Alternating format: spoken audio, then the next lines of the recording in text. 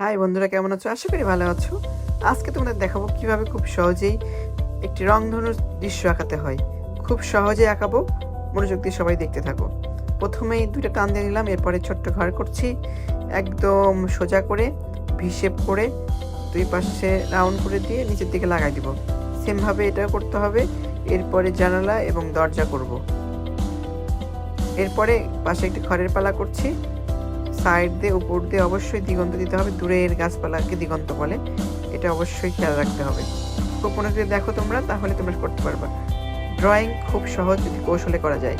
এরপরে আমরা উপরের দিকে রংধনুর যে 7টি রঙের বৃত্ত থাকে সেটা দেখাচ্ছি। টান দিতে হবে রাউন্ড রাউন্ড করে, 7টি হয়ে গেল। পাশে একটি গাছ দিয়ে দেবো। গাছটি এর আগেও দেখিয়েছি কীভাবে খুব সহজে গাছ আঁকাতে হয়। ভি শেপ করে আগে ডাল করে নিচ্ছি, এরপরে উপরে পাতাগুলো খাঁজ কাটা করে নেব, তাহলে আমাদের গাছ কমপ্লিট হয়ে যাবে।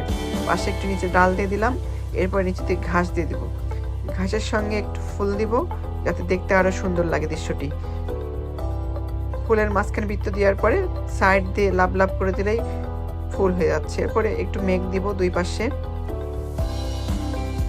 উপরে একটু সূর্য দিয়ে দিচ্ছি, দেখতে অনেক সুন্দর লাগবে। এরপরে আমরা সাইন পেন করে ফেলবো। সিটি মার্কার বা যে কোনো মার্কার দিয়ে সাইন পেন করে ফেলবো।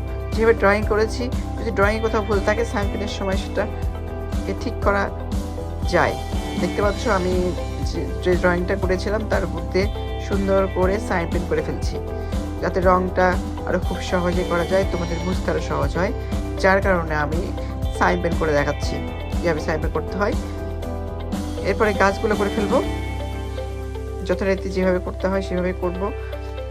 গাছ করার পরে উপরের পাতাগুলো খাস কাটা করে দেবো ডালের মধ্যে, উপরে পাতাগুলো করছি। দেখতে পাচ্ছ খুব সহজেই করা সম্ভব।